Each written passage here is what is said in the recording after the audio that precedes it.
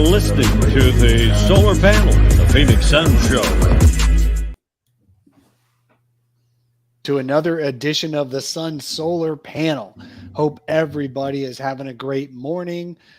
People will be trickling in here. This is a live show. You can tell it's morning because Jake's drinking a cup of coffee right there. I'm an old guy, so I've been up a while. There's Brandon as well. I've already had my coffee, and I am ready to go. I am so pumped up. You guys better watch out. I might throw a punch. That's how much energy I've got right now. I mean, you might think I'm, I don't know, Draymond Green or something like that by the end of this freaking show. But Dave, you can't tell us that you're going to punch us. You just got to come up into our. Oh, you can't hear me? No, I got him. Okay, I was going to say it might just be you, Dave. But yeah, you can't announce Brandon? The sucker punch. Yeah, I can't hear you either. What is happening here? All right, guys. I don't know what's going on. I think it's that's because Warriors I muted myself. Video coordinator. Oh, okay. Yeah, exactly. Draymond Green was getting to you. What is Dave. even happening? While you work on that, yeah, just a sucker punch cannot be announced, Dave. That's the big trick to it all. True. Just like right now, if I was to, take a shot at Dave because he can't hear me, it'd be the equivalent of a sucker punch, just virtually. But he's trying to figure out some technical difficulties right now. We'll let him work on that. But what are your thoughts on the whole Draymond situation, Jake? Yeah, I mean, so I made the mistake yesterday of leaving sports news on mute behind me, and I think it was a little bit of a slow news day. I'm going to blame Thursday Night Football a little bit because that was awful as well. So they couldn't just report on how boring the Broncos-Colts game was. They had to have something else, and it was, of course, Draymond Green just talking smack to Jordan Poole, and then I would say taking the worst punch I think I've ever seen. I mean, he jumped into it. I mean, it looked like somebody that's never thrown a punch before. He did knock him down. I still can't hear anything. We got you. We can hear you. Wow. Yeah, no, it was the most Draymond Green punch imaginable. Yeah, I don't know. I just want to know how much the video coordinator made for selling that video. Well, I don't know if that number's there's been rumors. Hey guys, I'm going to have to go out. Oh, now we can't hear David at all. Well, he said he'll join later. Just do the show. Okay. Yeah. All right. Yeah, I just need a number of how much that coordinator made for giving that away. Well, so that was the strange conspiracy theories. I should never watch that many sports shows back to back because when they have to keep recycling the same story, people start running with things. And it was that Draymond Green has a lot of connections in the media with his podcasts and just, he goes on TNT every now and then to look at and watch the games and, talk about them. And so they said that his camp was talking about how it happens all the time and other other teams have punches all the time. Michael Jordan. So all these reporters were saying, it was an incident, or they weren't even really calling it a punch. There was but then somebody leaked the video to TMZ, and now it's just like everyone's kind of okay, this was actually really bad, and they're all kind of walking those steps back. So I mean, yeah, I think. Do you think it was like the theory behind it was Draymond Green wanted to get out ahead of it, and that they think maybe some people in the Warriors organization that don't want to offer him the big max contract were like, hey, this is what we're dealing with to try and actually negotiate him down. Do you think that's a real theory or just something that they got bored with yesterday?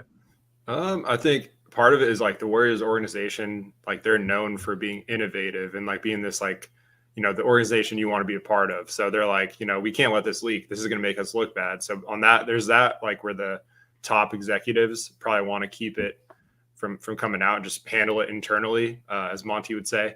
It's internal. It's internal. This one got external pretty quick, so I think it's just a bad look for their upcoming season as well. Obviously, teammates fight, it happens, but that was just kind of a little bit of a cheap shot there, even though Poole did push him. But you know, you don't punch your teammate like that and just expect it to go away. So especially two guys fighting for a contract and a payday. So I think that there's a lot of drama that's going to follow if they don't do anything about it. You know, that maybe they work things out and they figure a way to coexist for a season. But to me, it's like you said, there could be some behind the scenes work, you know, putting the tinfoil hat on, you know, it could be some contract stuff going on too.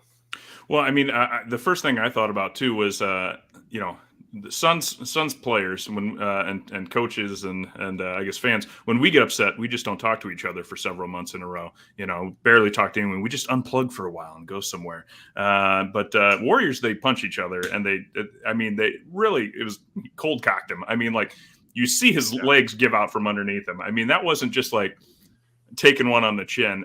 But I will say, yeah, it did remind me a little bit of when you see like those celebrity boxing matches.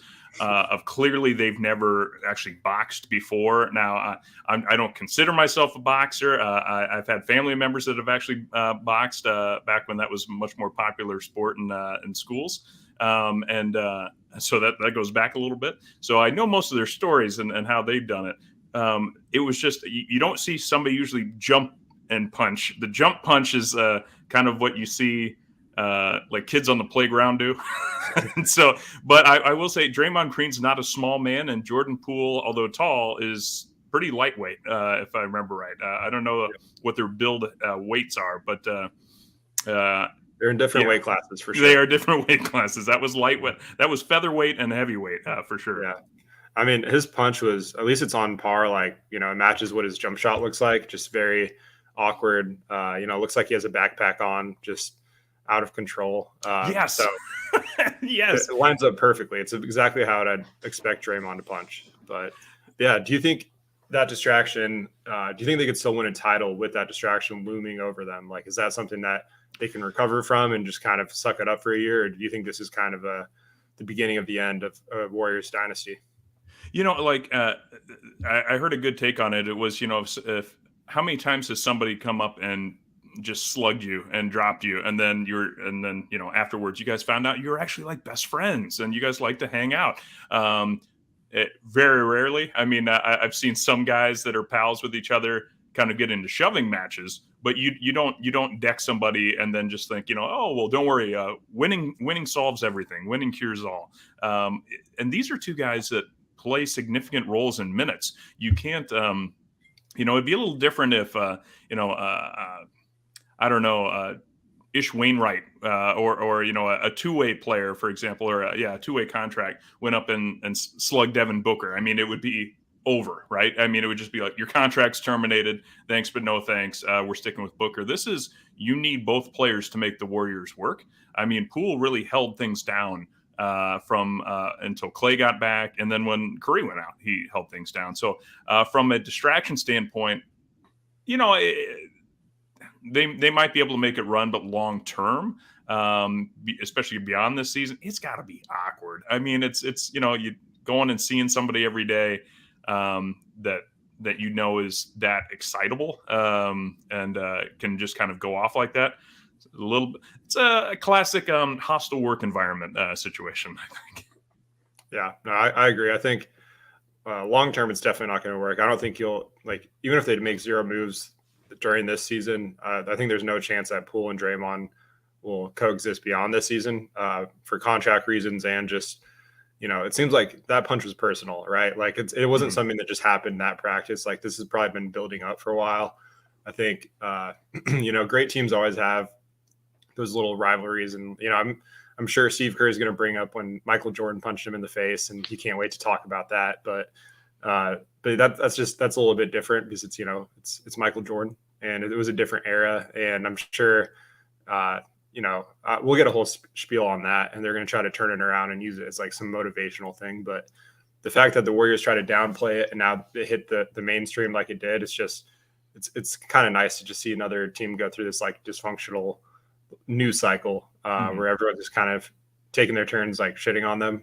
You know, and the whole Sarver thing, I predicted this, that the sooner he announces he sells, the better, because there's going to be a lot of headlines that are going to come up between now and even the start of the season from when that was released. And you have the, Celtics head coach scandal, now this, and, it's almost like, unless you're a Suns fan, it's just not in the forefront of anyone's mind anymore. So, just the NBA, just drama central. Well, and I think too, if you look at like Kevin Durant, I mean, there was other reasons why he left the Warriors as well. But I think it was kind of largely believed that Draymond was part of the problem. I still remember Draymond getting in Kevin Durant's face. I mean, talk about a guy that really probably doesn't need to be motivated up to be pushed further. And when, Durant went to go win a title, but it's when you've got Steph Curry on your team, Klay Thompson on your team, you were kind of set on repeat to at least be in the championship conversation year after year. So what would make him go? Obviously the pressure to play injured was probably a bigger role, but if you have your money and you have your ring and you don't have to deal with Draymond Green, that could be a legitimate deal. But Dave, you're back. Hey, welcome. I don't know what was going on with my headphones. So I'm glad to be back, though. I'm glad to be here. Can you guys give me the 3-second catch up? Where are we? What have we covered so far? So we spent this whole time just roasting you, taking cheap shots like Draymond. So awesome. It was pretty great. No, we're just talking about Draymond and the whole effect of the trickle down effect that it could have throughout the season. And if it's something that's going to distract them during the year, if they're still going to be a title contender, all that good stuff. But all right. So I went around this morning and I was reading mostly through The Athletic, I guess, the coverage of the whole, when it happened and then since the video came out and everything. And what's funny is that the most of the players saw the punch for the first time when the video came out, because if you guys actually saw the video, right, all the players' backs were turned. Nobody thought anything was really going to happen. And all of a sudden, everyone only turned around when Poole was crumpled to the ground and Draymond was being pulled off of him. So no one really knew what a cheap shot that was, and until they actually saw it, on the video. My favorite part was Ty Jerome just standing there, just kind of like, what is happening? Like, it's my first day here. I don't want to do anything. And just kind of, he just had his hands on his hips, just standing there. I love Ron Adams too, with his hands on his hips. What is he, 75 years old? He's the assistant coach. Yeah. And he just walked up. He's like, here we go. Well, he wasn't going to break it up. I wanted to shout out. I see P-Dog threw in a little super chat for you, 269, saying suspend Green. That's something that, Dave, correct me if I'm wrong, but is this something that the NBA can get involved with, or is it a Warriors specific? As Zona was saying, is it internal? I don't know 100% the answer, but I'm 95% sure that the NBA does not levy a suspension in that situation, because if they wanted to, but they can strongly request or suggest that the Warriors do it. So it's funny that we immediately got to the it's internal phase right after it happened because there was no video of it. And it kind of brought me back, bringing this to the Suns a little bit. It brought me back to the playoffs last year and Ayton getting sat down. Now, everyone says Ayton was benched in that game 7. Well, pretty much everyone was benched. It's just that Ayton was benched a couple minutes earlier than the rest of the team, rest of the starters. But there was that exchange, and you would think in a playoff game with national coverage, with 20,000 fans in the stands, not one person got actual video of anything that was actually said between Monty and DeAndre Ayton. There was lip reading. There was a guy, I forget, famous rapper of some sort, who lip read across the floor in the middle of a playoff game what was said between the guys. There was a little bit of there was assumptions, or there was rumors that Ayton said one thing and Monty said the other, but it wasn't on video. So the Suns were able to keep it internal, stay internal, and left it internal. The Warriors tried the same thing, and then the video came out. So Thunderous Dunks, it's in writing that NBA has jurisdiction. Okay. I'll take you guys' word for it. you guys know the CBA a lot better than I do, I guess. I had heard from some places that the NBA doesn't necessarily have jurisdiction over a practice on suspending somebody. But if you guys had read about this and you guys know the rules a lot better than I do, then we'll go with that. I think there will have to be a suspension of Draymond now that the video is out. And and you guys were talking about whether the Warriors season is going to be scuttled. And I really think this is a great example of what can ruin a season and not necessarily make you suddenly a terrible team. The Warriors are still going to win 50 games. They're still going to push through. Jordan Poole's going to get his money in the next 2 weeks. I thought that was interesting. There's 2 weeks to give him 2 weeks till the deadline to give him his extension. Any extension you give now will be more expensive in a new contract next summer, because the closer we get to new TV money, the more money people are going to be spending. And Draymond's going to be left dangling in the wind with, he's got a player option for the next year. So he basically has 2 years guaranteed money in his pocket. But he wants an extension too, and they're not going to give him an extension. So the Warriors will get into the season. They'll win their 50, 55 games. There probably won't be any more fights. Everyone's going to be on good behavior. But this stuff bleeds out in playoff time. When push comes to shove, when you get down to the come down, as they say, that's when things start to fracture. And we saw that a little bit with the Suns this past year, with Ayton just, maybe tuning out Chris Paul a little bit more than he used to. You saw Jay Crowder worried about his contract, DeAndre Ayton worried about his contract. And it's just one of those things that kind of ultimately rends your team. And that's why there's only one champion a year. So the Suns have a chance to get past that now that they've dealt with the fracturing. But who knows? The Suns may be fractured themselves as well. And now the Nuggets are going, here's our chance. Yeah. So, well, I think Dave, I was in Zona. I was going to ask you guys too. I mean, I think in Zona, maybe you were alluding to this. The best thing that can happen for the Suns now is for Sarver to find a buyer quick and solidify the deal. I think sunlight has been a pretty good disinfectant for the Suns right now. I mean, obviously, Dave, as you point out, nobody's had recorded, evidence of what was going on between Ayton and Monty. But watching the Warriors try and hide what Draymond Green did. And I also immediately started thinking the Boston Celtics, how that story has just bloomed as it has continued to be, he's being investigated. The coach is now suspended for a consensual, this is allowed in the workplace, but now it's starting to come out that actually there was a lot of stuff in there that should not have been happening. It wasn't just two people decided to date and they forgot to notify HR that they were part of the same organization. So I almost think that some of these teams that are trying to put a lid on it are actually seeing it blow up a little bit more. And now that Sarver has finally kind of been exposed, that actually could be a better position for the Suns to kind of, kick the coals out, so to speak, and just kind of clear the air. Yeah, there's a couple of comments in the chat here. One is Draymond even their fifth best player? Eric Linares, is Green even the fifth best player on the team? Here's the thing. Green's the dude who gets them the championship because he does all the things that nobody else on the team wants to do or can do.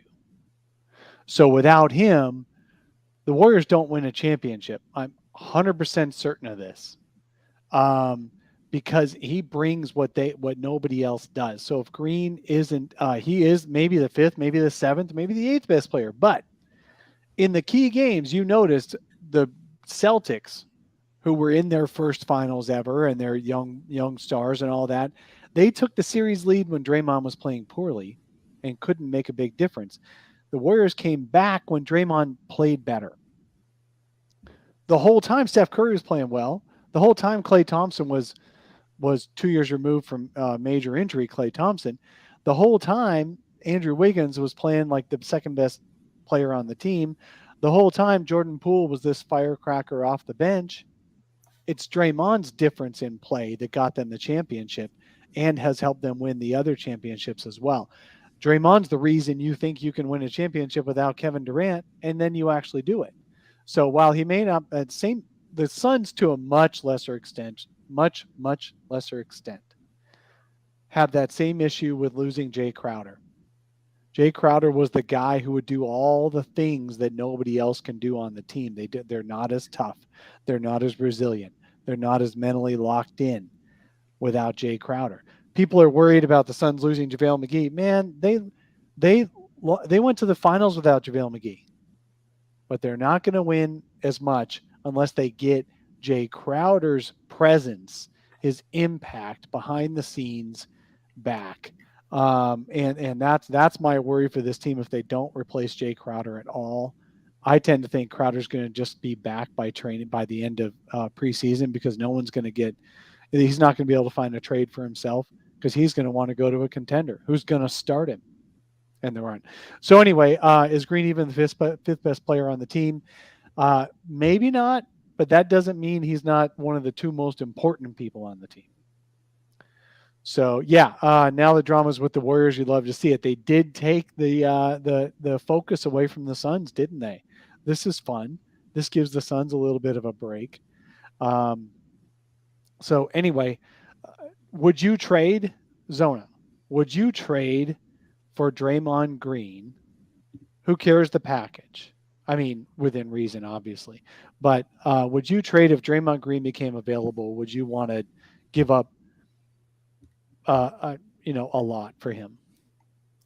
Well, I think first off, the Warriors would not trade him to the Suns or Lakers or any of their competition. But if they did, and it was for like Crowder and Saric and like another expiring or Shamet or someone that's not important, like I would definitely do it. I mean, why not? Like at this point, he's exactly what the Suns need. Like you mentioned, without Jay, they don't have an enforcer, and they need someone that's going to do all the little things. Even though if it's not realistic, I would do that in a heartbeat because he would help with the rebounding, the defense, just the vocal leadership that this team needs. And as easy as it is to clown on Draymond, like if he's on your team, you love all that little stuff. All right, Zona. So let me ask you, he's actually good. What's the best player on the Suns that you would give up in a trade for Draymond Green? I guess, man, that's tough because I don't think I would trade Cam for him just because of the contract situation. So, wow, you wouldn't even trade Cam Johnson for him? No. Draymond's 32 years old. He has a back issue. He's on the downward trajectory of his career. He can't shoot. So there's all these other variables you have to weigh in. So that's kind of why the Warriors, I feel like, are reluctant to pay him because they know, in that system, he's a perfect fit. But like if he was on the Hornets or some other team, like what is a 32, 33-year-old, getting a 5-year contract going to look like, 2 or 3 years down the road? He can't create his own shot. He relies a lot on his athleticism for defense and his lateral movement. So to me, I would not give up anything that's a long-term investment. I would just give up rentals and role players and maybe a draft pick would probably be the most valuable thing I would give up. But even so, he makes $27 million if he picks up his player option for next year. If he gets a contract extension, given the new salary cap rules and all that, not rules, but money coming in, he's going to want at least that much on an extension of 2 years or whatever, right? So let's just pretend for a moment you acquired Draymond Green this year. You're still sacrificing at least Cam Johnson next summer because you can't pay yet another person $27 million. So I don't know that I would acquire him because of that, because of the cost in terms of player value to trade off from him, as well as, against the salary cap long term, because 2 years from now is still long term. Exactly. And having a back injury at that age too is just something that it's not going to go away. So he missed more than 50% of the season last year, regular season. So I'm not sure which team fan Not My Truth, The Truth is from the chat. I think he's a Warriors fan. I'm not saying we would trade. I'm not talking about the Warriors wanting Cam Johnson or wanting to trade Draymond. I'm only simply asking you guys, is Draymond worth acquiring? And then what's the best player you would give up? Just to give context here, I wouldn't acquire him. I have another question for you guys. Mm-hmm. Who would win in a boxing match between Jay Crowder and Draymond Green? Ooh. Dray. Because he'd fight dirtier.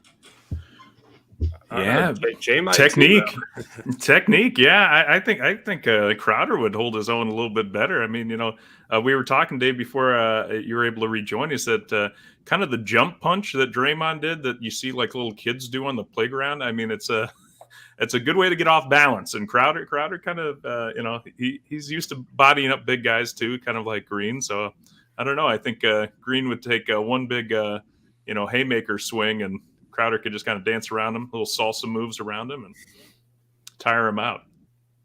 You got to make it happen. I'll get in touch with their agents and set it up.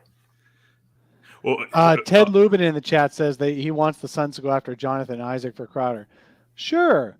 And I would have liked to have dated the head cheerleader in high school, but that doesn't mean it's going to happen. I mean, the Magic are already paying Jonathan Isaac 17, 18 million. They're hoping he finally gets healthy. There's no way they're going to say, hey, we're one of the worst teams in the league. Let's acquire Jay Crowder and trade away a dude who could turn out to be one of the better players. So, yeah, that's fun. But no, and Isaac is likely to be injury prone. But sure, I would do that trade in a heartbeat. Would they? No, that's kind of like saying you're going to acquire Draymond Green for Landry Shamet. Ain't going to happen. And he's going to take Shamet's money next year. Ain't going to happen. So we don't know. And Eric Linares, I just hate seeing Green keep getting slaps on the wrist.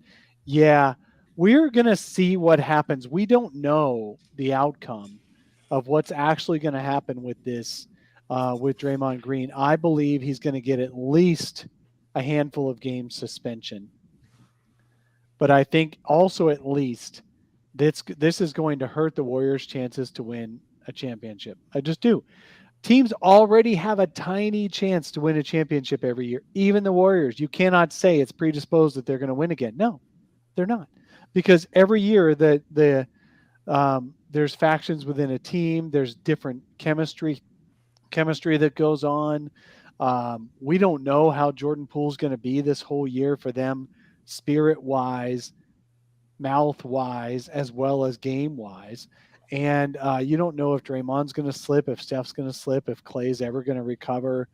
No, it's not a foregone conclusion. I think this is just one more thing that's going to hurt them, just like it's one more thing that's going to hurt the Suns. That they have the Suns have their own issues within the team as far as chemistry and feeling good about things. Yeah, I'm curious to see what the suspension looks like. If there is one, who knows? The league is just inconsistent, and Draymond gets away with everything. So I wouldn't be shocked if there wasn't even a suspension, just because it's the Warriors. I was just going to say, what do you guys think had a better form on it? Will Smith's slap of Chris Rock or Draymond Green's punch of Jordan Poole? And why is Hollywood actually better at punishing their own than the NBA is? We'll see. We haven't seen the punishment yet. So we'll see. We'll see what happens. Yeah. It's TBD. Next week we can complain about how light the punishment was. But yeah. Well, so we did jump kind of a little out of order. Do you guys want to talk preseason? Yeah. So we spent the first 30 minutes talking about another team. That's been great for a Suns podcast. Thank you all for hanging out. We really appreciate it. Warriors fans, you can go home now. We're going to start talking about the Suns. Now we'll transition. Okay. Now we're going to transition into covering the Phoenix Suns. Is everybody okay with that? Let's talk about the team that now I said last week that I thought the Suns were going to go 2-1 this week. And when I said that, I meant that the Suns were going to win the open practice, because it's impossible not to, that they were going to split the games during the week against the Lakers and the 36ers. What seemed funny about that is I assumed that they'd beat the 36ers and they'd lose to the Lakers, but it turned out the other way around. And in the process, the Suns' regular rotation players looked awful, relatively in terms of taking leads and beating teams that they should be able to beat and lead. And then the bench looked even worse.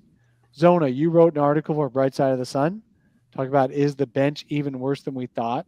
You wrote the article, and I kind of did you dirty on this one. You wrote the article before the Lakers game when they came back collectively to win that Lakers game against the Lakers' third string. But you said, and then I published it the next morning, you said that maybe you're still feeling the same way about the bench. Do you feel any differently about the bench after the Lakers game? Because they helped come back. Landry Shamet had 21 points. Cam Payne missed most of that game with a hurt finger. Cam Johnson missed most of the game with a hurt finger. So it was really the third string that came back and beat the Lakers' third string. What do you think about what you saw from the bench in the Lakers game? Yeah, to answer your question, no, my opinion doesn't change at all from that game. They're essentially playing the South Bay Lakers at that point, and it's a preseason game. So I don't care if Landry Shamet got hot and made some threes. Like the bench issues are, still pretty blinding to me, especially the way I look at benches is like if one of your key players goes down, which every team throughout the year is going to have an injury or something that pops up. How does your depth chart look with that happening? And we saw Cam Johnson, obviously it's, thankfully it's not a serious injury, but, with the finger injury, you kind of see how shallow this depth chart is now. You're going to have to plug in Torrey Craig or Ish Wainwright into the starting lineup. And then, the second unit gets even more troublesome. So I think the lack of shot creation, the overall depth right now without any solution for the Jay Crowder situation, it's a team. I think the second unit is going to hurt them throughout the year, and you're going to see it in the regular season. The starters, they're going to have to stagger the hell out of Booker and Paul just to keep that second unit afloat. And that's not something you want to do over the course of an 82 game season. You want those guys to be able to sit down sometimes and have a night off. I don't think they're going to have that luxury this year. And it's not just about Jay Crowder, JaVale McGee, or anything like that. I just think it's just the way the bench is built. No one can dribble and no one can create. It's painful to watch, and I really hope they address it soon. Coach. To quote Darth Vader, I'll just say "suck my jock," because Jock Landale was looking phenomenal. Don't quote Darth Vader. I love that new drop. But no, Landale. Woo! Yeah, I was not on the hype train like some fans. I think that thought, oh, he's going to be like replace Kaminsky, kind of spread the floor a little bit. I'll be honest, I never saw him play before, and I think I had a lot of that kind of worry about watching. I didn't even see the 36ers. I saw highlights from it, lowlights, I guess. Good for you. Yeah, but I was able to catch the Lakers preseason because why wouldn't you want to see the Lakers lose? And watching Jock move around felt really good because you saw that energy finally. And I started thinking to myself, if Dario unlocks Payne, is Landale going to unlock Shamet? And we might actually have a few guys that we can go to in the bench. But I mean, we've also seen this before with Landry, right? Where he'll have one great game and then the next 8 in a row, it'll be like, why is this guy one of our go-to scorers off the bench? So I'm more optimistic about some of the players, but yeah, largely I'm very concerned about the bench. I will say Torrey Craig, though, I feel like when we brought him back last year, there was a lot of optimism that we were getting the old Torrey back, and then that quickly faded away. But I feel like just kind of watching him go out there and kind of play some good quality minutes, he's better than he was last year, not quite as good as he was a couple of years ago. And again, of course, we have to remind ourselves of, all the time, this is just preseason. But if guys are going out there and actually playing it at a good speed, that's kind of how I measure preseason NBA. Is like, do they have a rhythm about them? Does their shot look good? And I think there's a couple people that are looking better than I thought. I'm really not worried about the starters, though, at this point. I don't know if you guys have any concerns with them yet. Yeah, so first thing I want to say, let's finish the bench first, and then we'll go to the starters in a sec. If Jock Landale is your highlight for the bench unit, Well, you got to you're start in somewhere, big Dave. effing trouble. You're in big effing trouble. Jock Landale is basically, and nothing against Jock.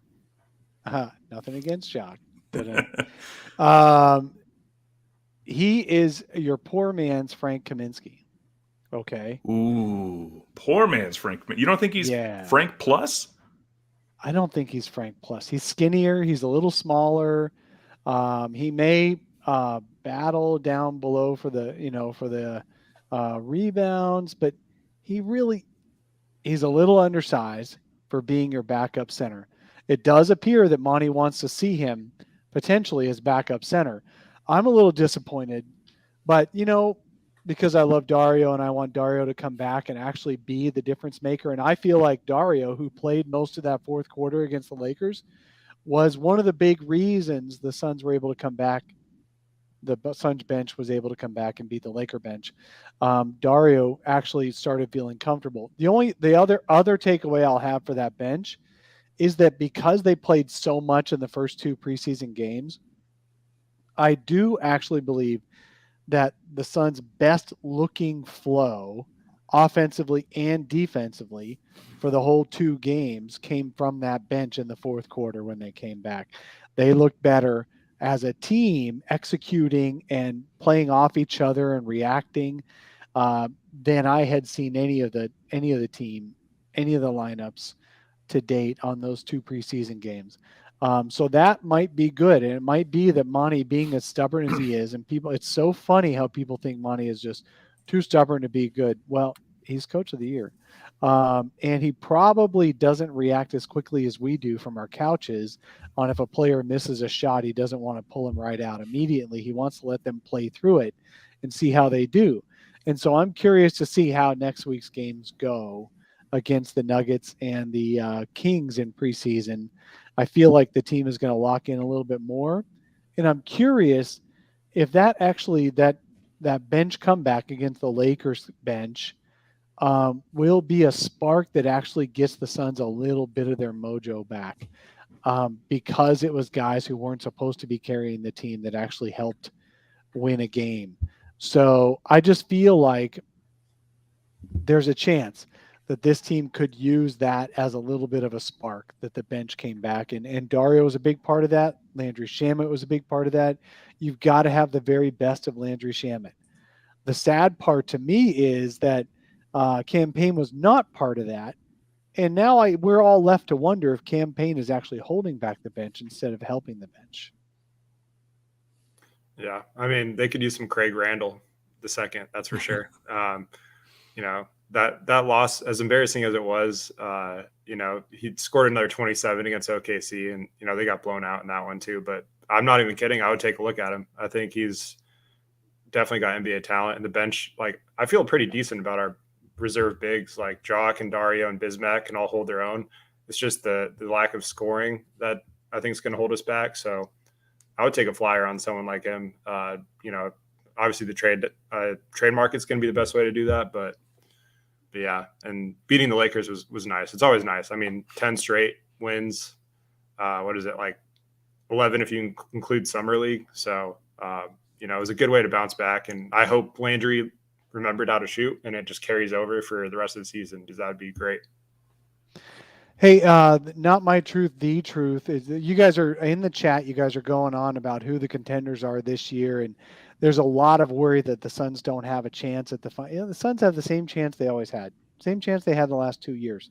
It's just whether everything breaks right for you. But anyway, not my truth, the truth says there's just Curry, Giannis, Kawhi's deep as fuck Clippers team.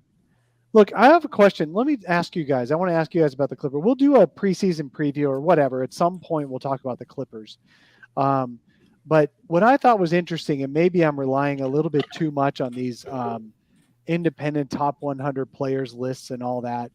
The Clippers are very deep, right? Wouldn't you guys agree that the Clippers are a pretty deep, talented team if you got John Wall potentially backing up at point guard? Do you guys agree or disagree?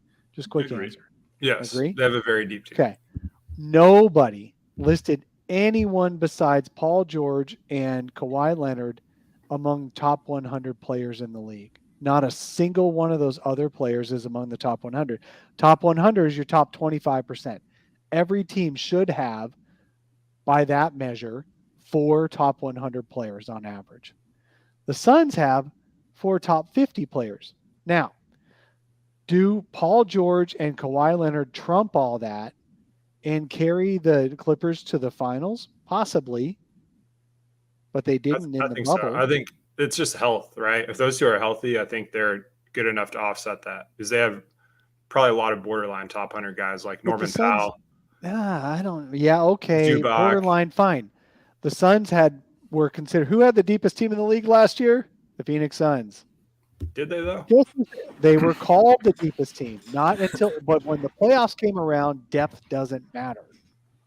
Your best players are the ones that matter. So, I don't think the Clippers have any better chance of winning the finals than anybody else.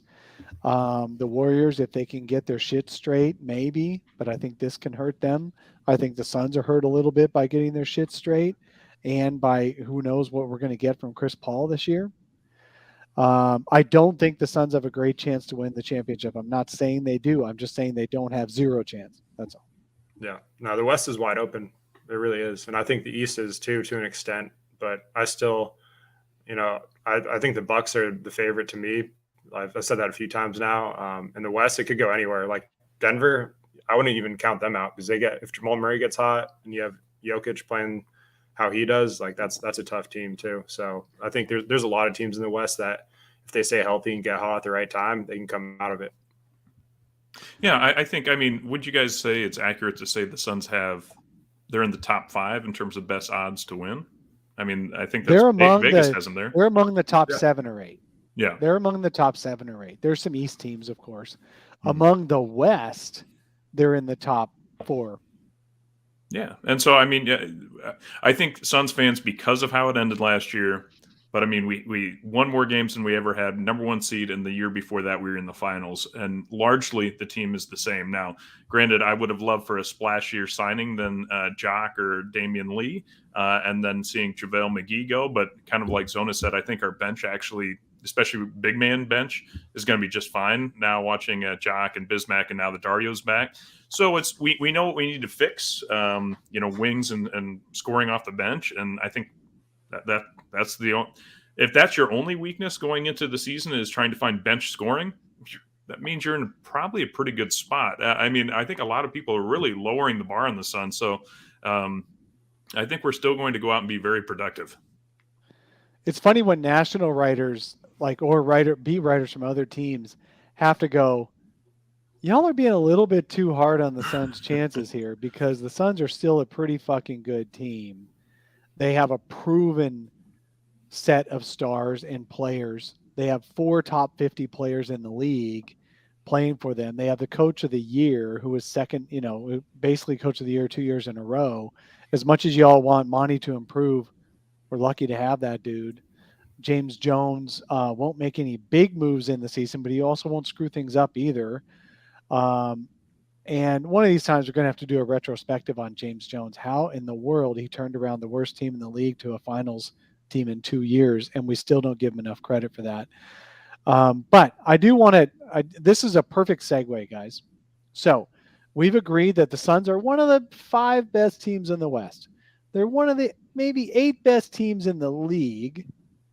They have probably, let's just throw out a number, 5% chance to win the championship, right? Probably a 99% chance to make the playoffs. And they'll fall out somewhere in between there unless that 5% comes through and they win a championship, right? But everything has to break right. You have to have a great playoffs. Everyone has to be on at the same time.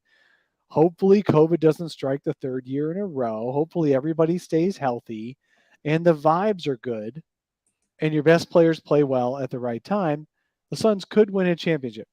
Would you guys rather that, or would you rather quiet tank, get into the lottery, not being the worst team in the league? That's almost impossible. You have too many good players to be a worst team in the league. But Would you rather say, you know what, Chris Paul, I think you just need to go home and eat more meatless food, take a year off, tank, have Devin Booker go hang out with Kendall for a year, and basically miss the playoffs, be one of the, say, 10th, 11th best odds, which is still 6%, 5% chance to win Victor Wembanyama, and another 4 or 5% to get Scoot Henderson, both of whom would look great with Devin Booker, Mikal Bridges, and DeAndre Ayton for the next 5 years, 10 years. And then those guys, Wembanyama is being touted as the best prospect since 2003, since LeBron James. And Scoot Henderson might be better than since Derrick Rose when he went number 1 overall and won the MVP at 21 years old before he started having injury issues, right? So let me ask you guys, how important would it be? Do you guys, is it better to have that guy who's clearly going to be a top 5 player in the league in subsequent years and give up on this year because your championship chances are so low? Or would you rather just ride it out and see what happens? Man, Jake, you first. You're about to get yelled at, Dave. No, I'm taking the chance to win the title. I mean, don't get me wrong. This guy, and I'm going to butcher his name because I haven't been practicing it, but Wembanyama. Thank you. Just call him Wemby. Wemby. There we go. Wemby.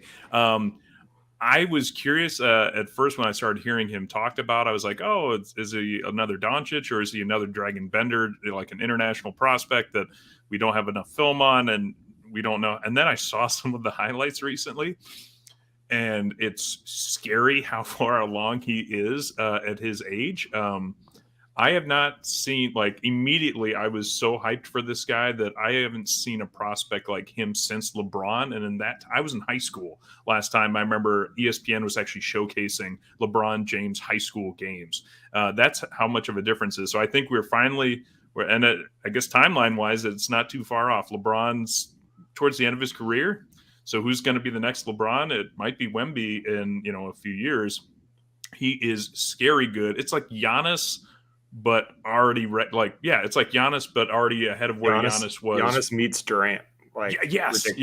I mean, no, actually, it's somebody who said earlier, I like it better that it's Durant and Rudy Gobert were combined into one, because Wembanyama is a great defensive center, like a Gobert. He actually made Gobert look small. Did you guys see the picture of Gobert next to Wembanyama? He's insane. Like 4 inches shorter. Because he's 7'4". 7'4", 7'5". Well, they haven't measured him lately, but because we know Rudy's height, and he is at least 4 inches taller than Rudy. Rudy said, "I feel small next to this guy." Unbelievable. So, but you could make a case. You could argue that Chris Paul's time. You could argue Chris Paul's time is done as far as winning a championship. Devin Booker, Mikal Bridges, and DeAndre Ayton will still be in their primes in 2 years. And Wembanyama or Scoot Henderson might be good enough to carry you to that championship in the middle of their primes during their current contracts. Well, I don't doubt that Wemby would be great, but give me the shot for the title now, because I think that's what we've been waiting for a while. I think the team is good enough to actually get it done this year. I know it maybe not the best odds in town, but certainly much better than just the old puncher's chance. I mean, imagine being like the Sacramento Kings fan base and hoping that you can just make the play-in tournament and have a shot to like break break through the glass of like not getting in to the playoffs for a while. The Suns have a good chance to do it. Wemby would be phenomenal to bring to the team, but we've also had that decade of waiting for prospects to come and save us, and I don't want to go back to the dark times, guys.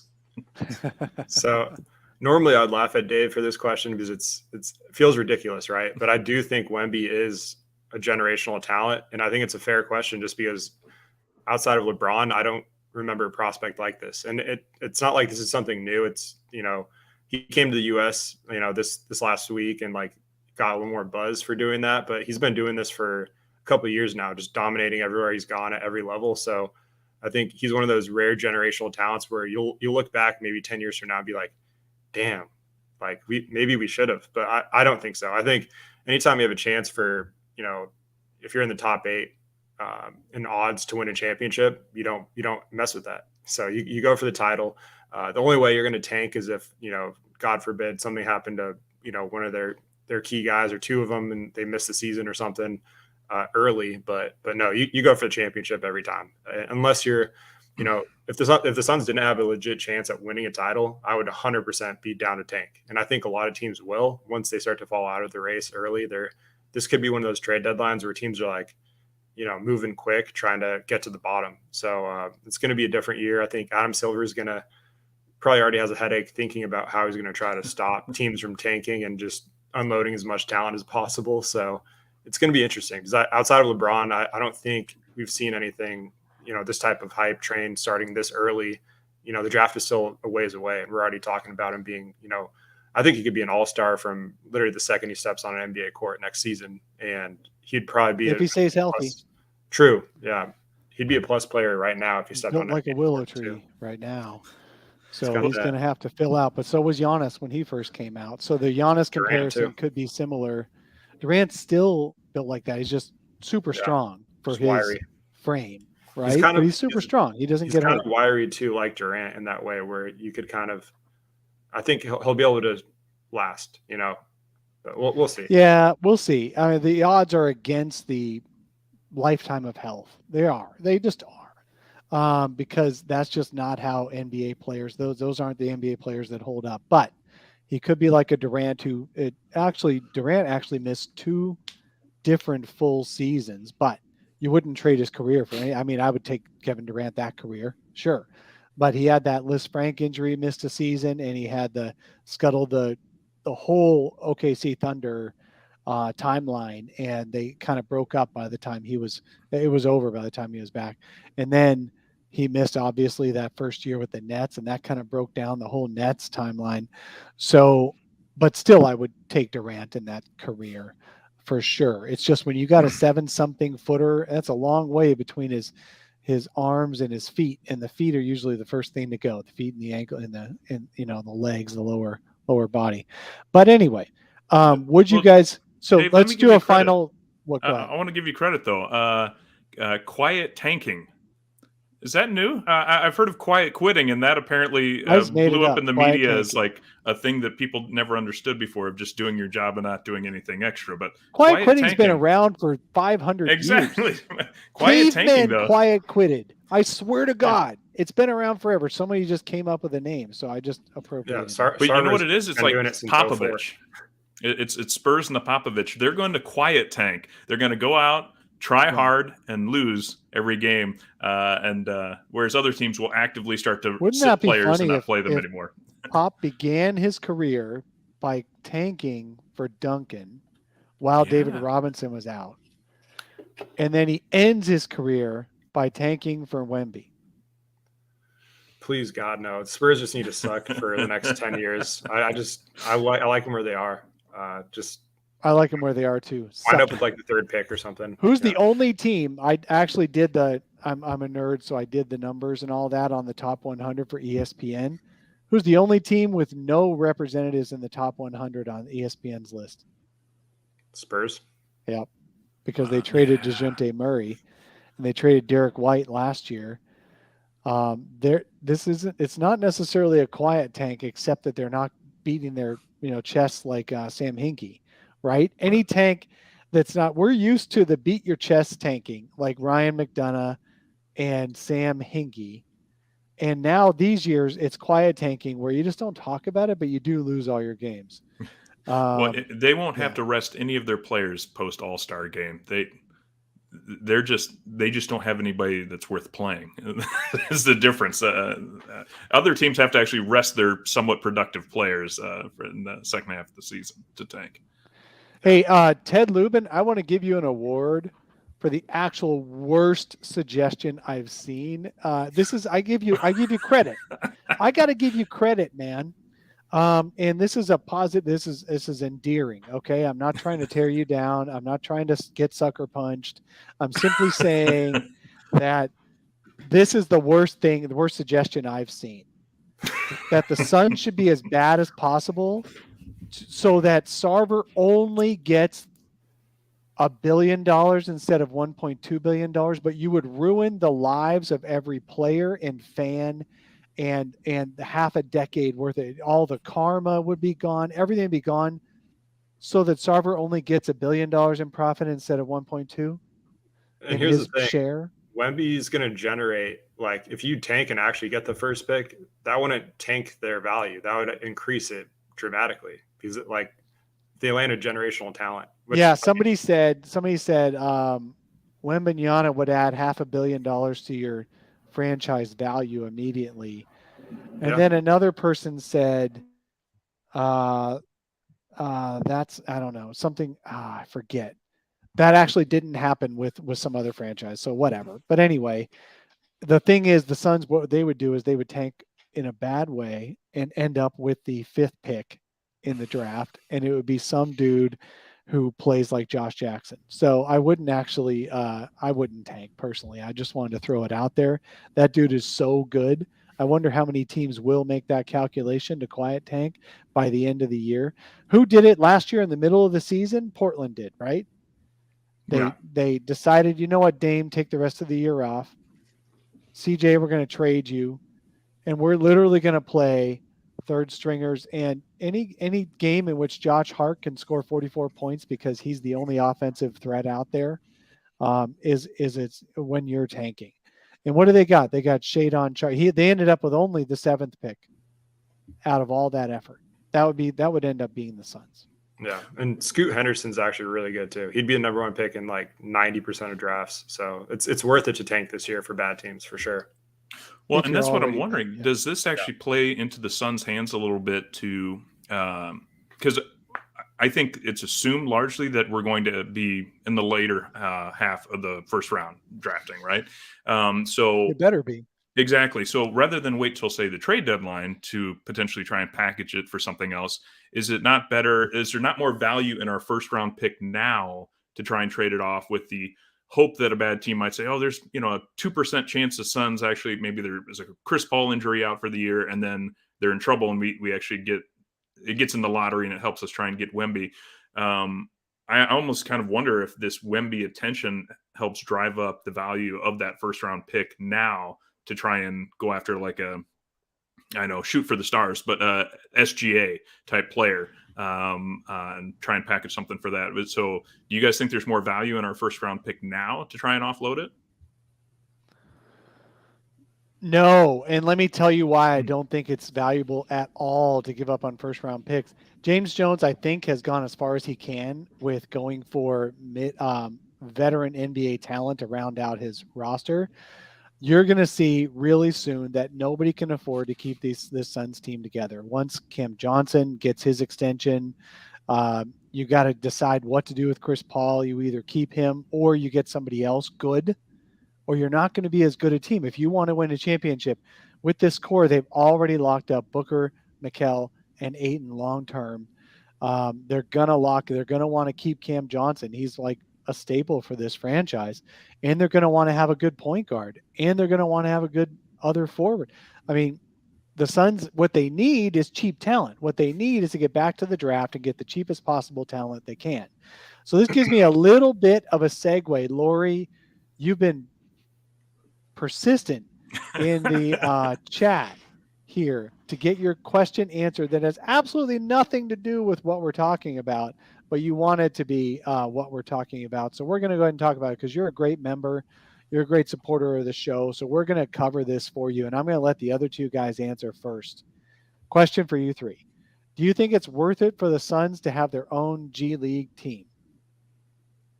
Yeah, I actually like the G League. I'm a little nervous if they go back away from that one and done type approach where you need 1 year after high school and then you can enter the NBA draft. I think that's going to be a little disastrous for the G League because that was an avenue for talented players to go and start making a little bit of money and to go into that developmental process.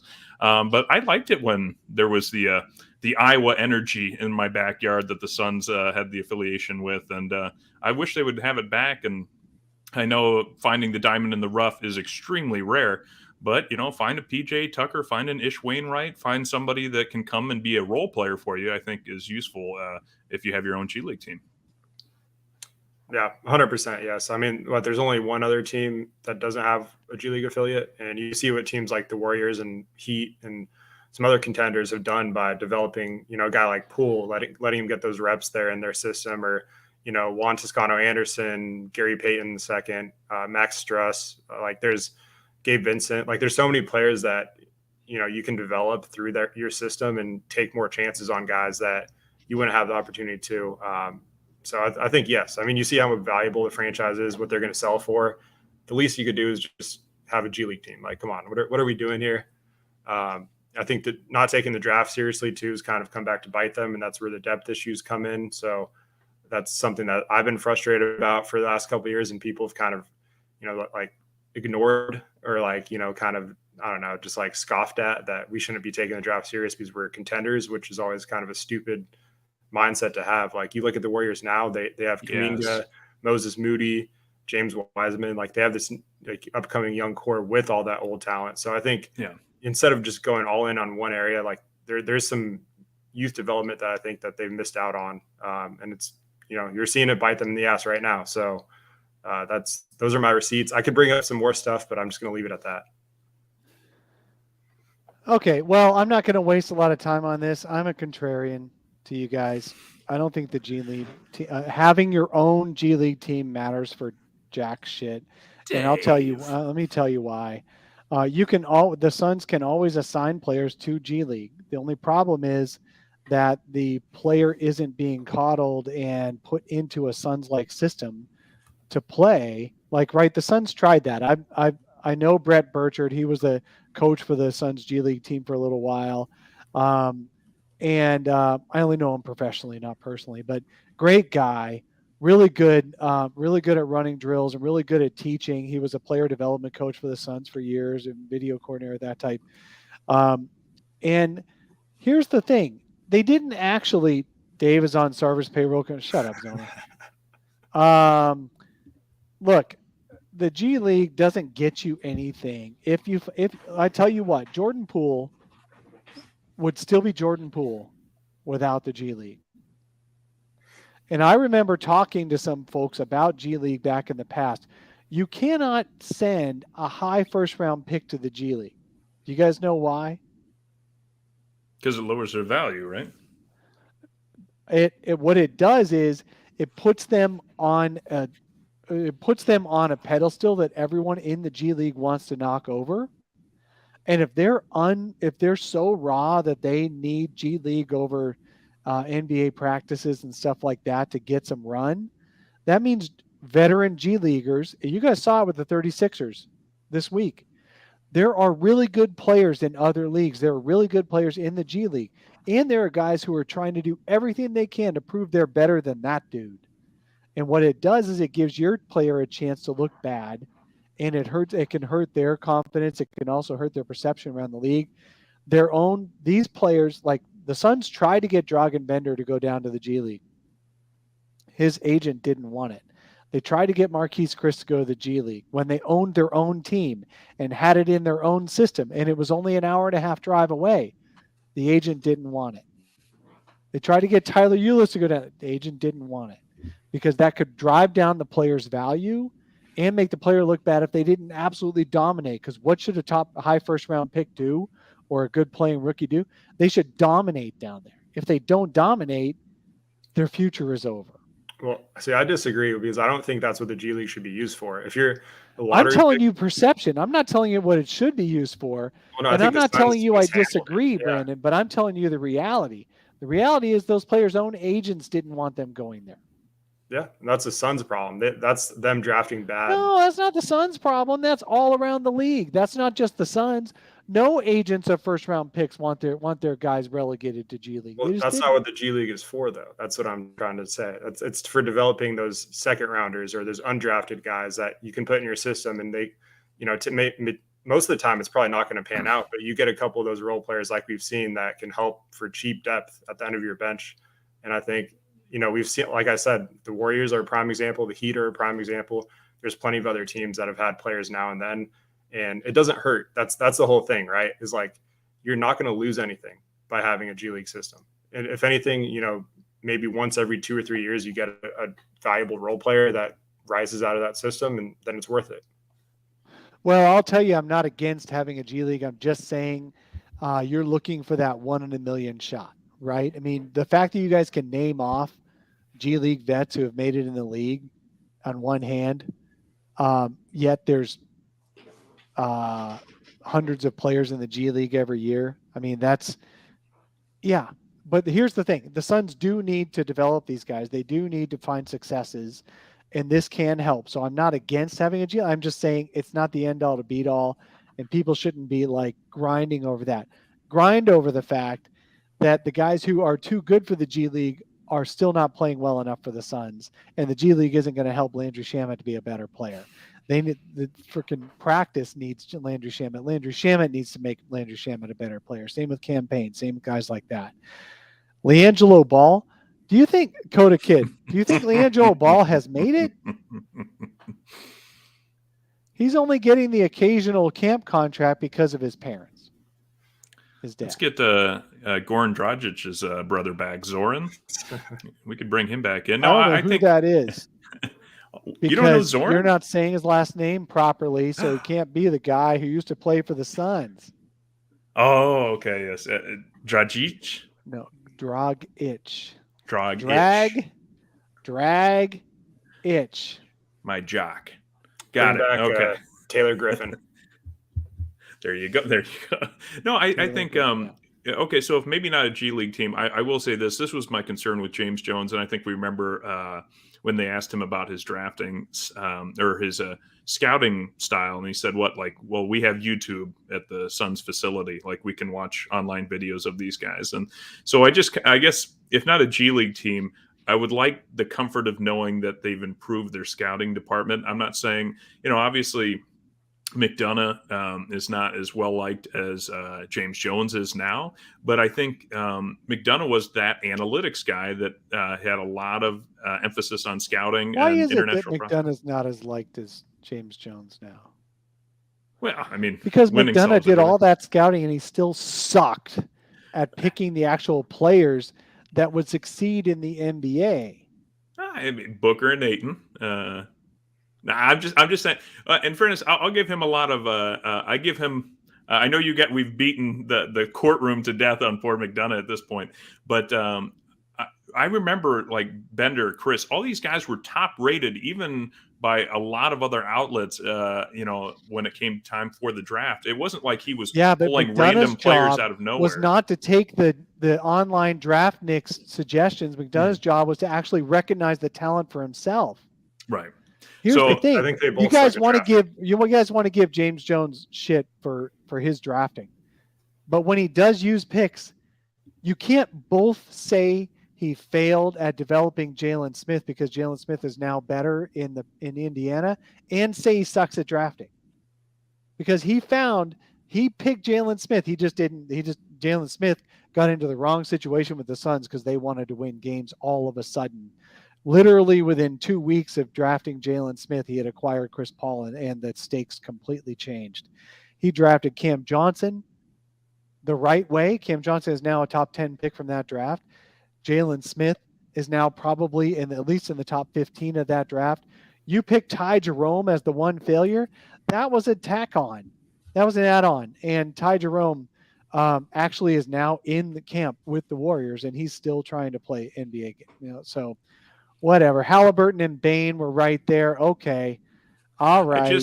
You know what? You guys picked a couple of guys who were better. Every other GM passed on those dudes too. Jalen Smith isn't even top 20 in that draft class. You need to go back and look at that. That was a very bad pick.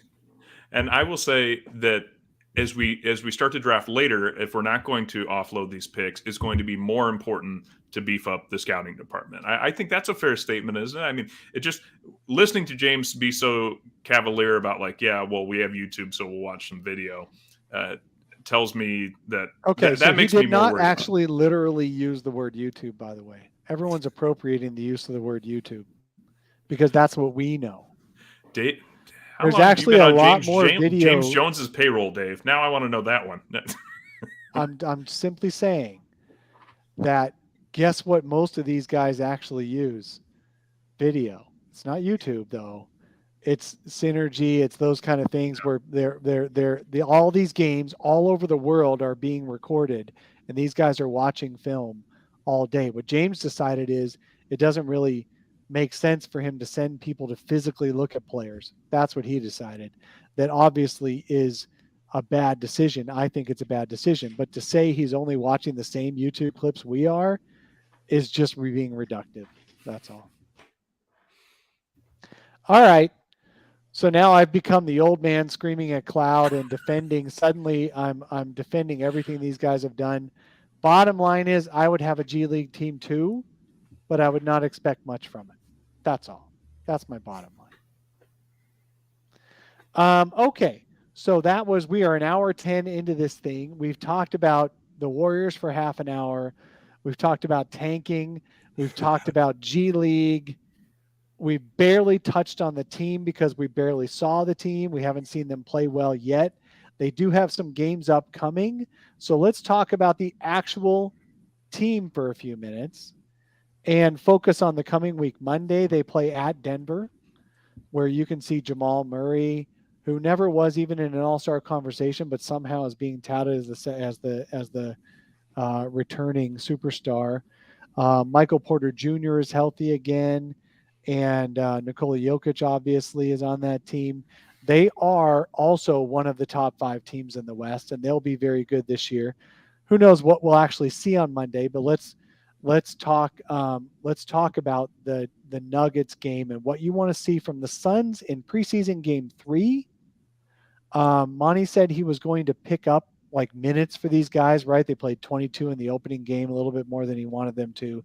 25 in the second game. He wants to get them close to regular season numbers by the end of preseason. So I would expect to see the starters 25, 26, 27 minutes on Monday. What do you guys think we're going to see from the team? What is your expectation of what we're going to see from the Suns on Monday against Denver? I think the main thing is just like knowing what to watch when you're watching preseason. I think that's my biggest like gripe is, especially on Twitter, just seeing people like, complaining about the wrong things. Like you have to look at the sets they're running. Most of the time they're just experimenting with stuff that they're not going to even use in the regular season. Possibly it's just to get those guys reps.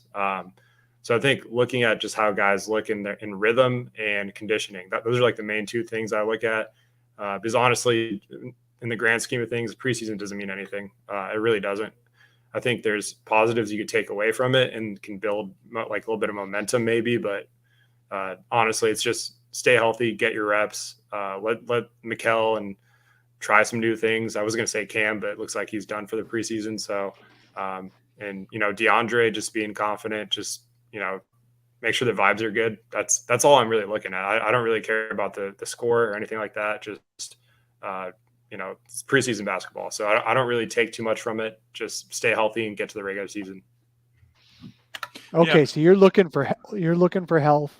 And just looking for a little bit more conditioning. Okay. Yeah. Jake. Yeah.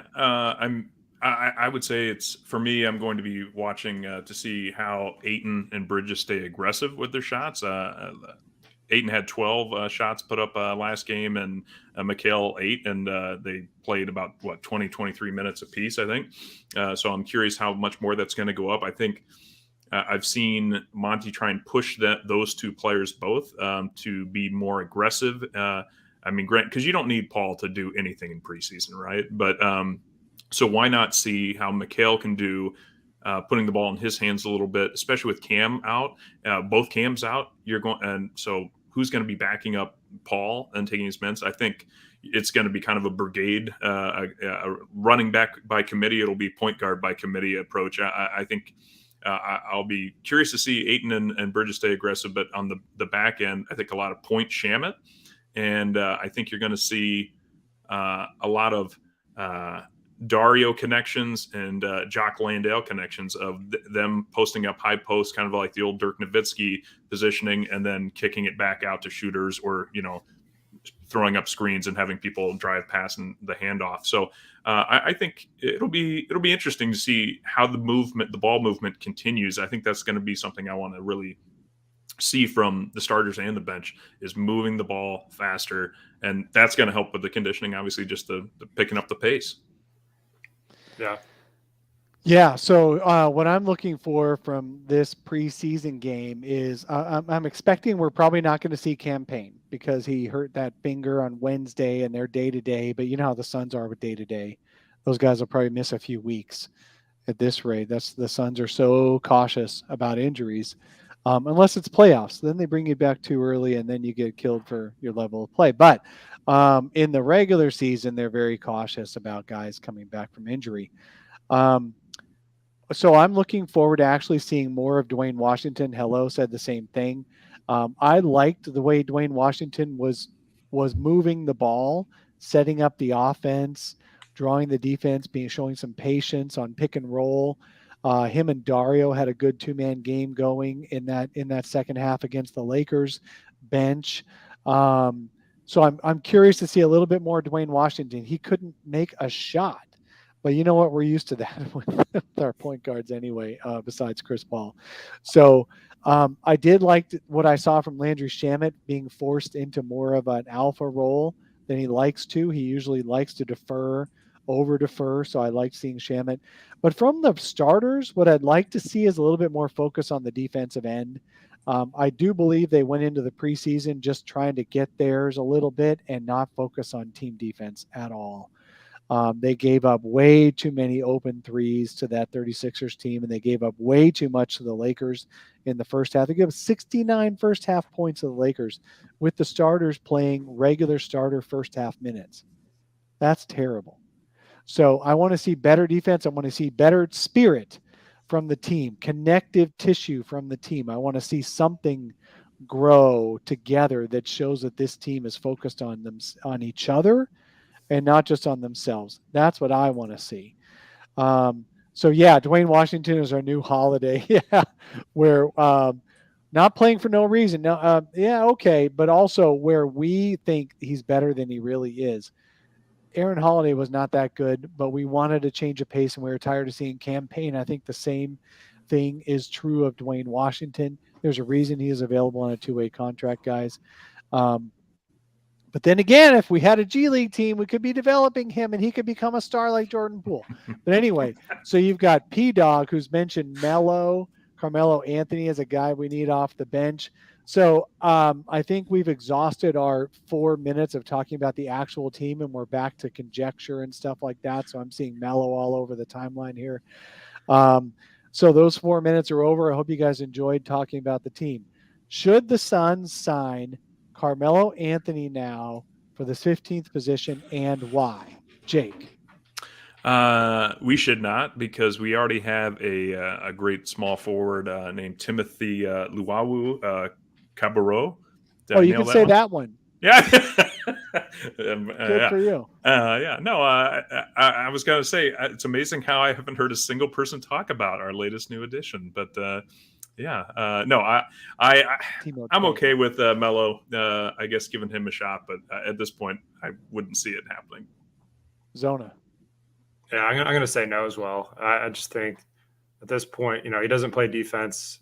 He can shoot, and he's a veteran presence, and I get all that. But so I kind of get why fans want him, but I would say no. I think it comes down to we're trying to win a championship. We need players that fit in the rotation, in a playoff rotation, and that's the only mindset I think that we need to have right now. I think Jones is the same way. That's why they haven't made a move, because whoever they add, they want them to be someone that fits in that rotation. So, I'm fine with waiting until then, as long as that move does come. Yeah, a year ago, I was completely against, for several years, I've been completely against bringing in Carmelo Anthony because he is irrationally confident and he makes things more about himself than anything else, right? And I don't know why people think he's still a good player, because he's really not. He can make his threes. He can shoot. He's willing to take a shot. He'll take any shot on the court, and he'll make just enough of them to make his fans think he's a good player. But he's just not that good a player anymore. Sorry, Melo. I know you care a lot about my opinion, but if you hear this, he's not going to come on the show now. I just don't think you're Dave. worth it right now. However, because the Suns' spirit seem to be lacking self-confidence these days, it does make me wonder if bringing in Carmelo Anthony with irrational confidence would gas up these guys enough to get them some spirit back. That's the only reason I would consider That's a good bringing in point. Melo, is to gas Maybe them up. if they got off to a slow start or something and they needed a little bit of a spark plug, that's something I could see Jones doing just for that reason. Yeah, he's definitely a veteran that Jones likes to have around. So I never, yeah. Ooh, Wait a who would- minute, Sundress. I never saw D-Wash pass once. Dwayne Washington Jr. He spent his whole time passing. But anyway, yeah, he missed his shots, and you're probably just remembering the shots that he took. But definitely, he did a lot of passing. Anyway, back to Melo. That's the only reason I would bring him in. Maybe is for bringing in a little bit more irrational confidence back to the team that they seem to have forgotten, and then letting him go 2 weeks later. But anyway, that's just me. Who would you rather give a 2-week shot to? Carmelo, Jamal Crawford, or Isaiah Thomas? Oh Lord, Jamal Crawford. Because you know all three of them will shoot, and none of them will play defense. I'd go Melo. You got Melo? Yeah, I might do Melo. Jamal Crawford is actually now under contract with TNT, so he's probably actually done holding out hope for that last contract. I'd do Melo over those guys.